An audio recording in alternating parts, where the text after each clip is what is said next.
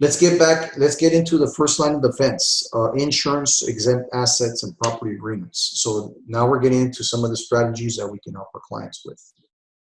So the first line of defense is liability insurance. This could be property insurance, it could be business liability insurance, it could be auto insurance.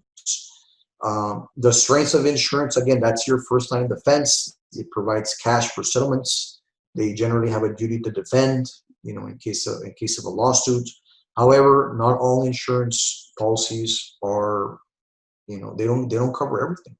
So some of the weaknesses of insurance policies against lawsuits and liabilities is they could be costly, especially when it comes to if you want higher coverage. Your client may not qualify. They may have some kind of existing liability that makes it dangerous for them to get coverage. The insolvency of the carrier, especially if they go with discount insurance companies, their policy may get canceled for non-payments. Actually, I have a personal example. I got into an auto accident a few years ago. It was the other driver's fault. We exchanged insurance information, no problem. The next day, I filed a claim with her insurance carrier, and guess what? Her policy was canceled because she didn't make the premium payment that month. So again, they're not foolproof. Another big caveat with insurance is exemptions, coverage exemptions. So is the actual event that you're seeking coverage for, is it actually covered in the policy? I have a funny example. I have a client that I worked with several years ago. She had a check cashing business, and you would assume that her business liability policy covered her main business activity, which was check cashing. So what happened was overnight, their check cashing business got robbed, and I think it was like $70,000 or $80,000 in cash was stolen. So she filed for an insurance claim, and guess what? Cash was not covered under the policy. Blow your mind, right? I mean, the chief activity of her business was check cashing, and her inventory was cash, and that was not covered by her policy. So again, we need to counsel our clients to make sure that your insurance policy they have, especially for business owners, that actually covers their business activity.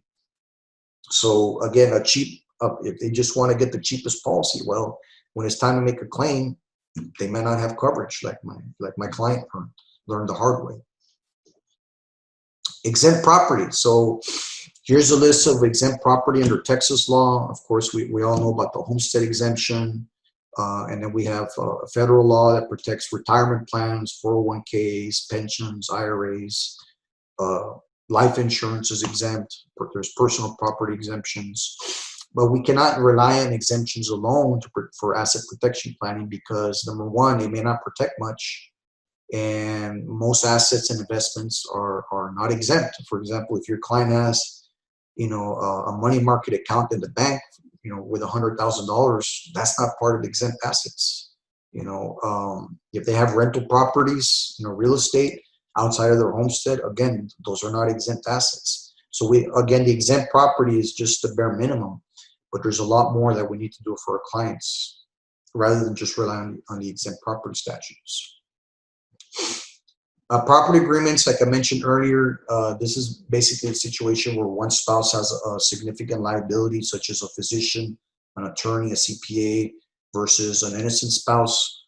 One strategy that we can use is partition property to separate the properties so that the innocent spouse's assets won't be sucked in a lawsuit of the high-risk spouse. But again, we need to use this with caution because if they ever get divorced in the future, well, guess what? Their property's already been separated. So we want to use this strategy with happy couples.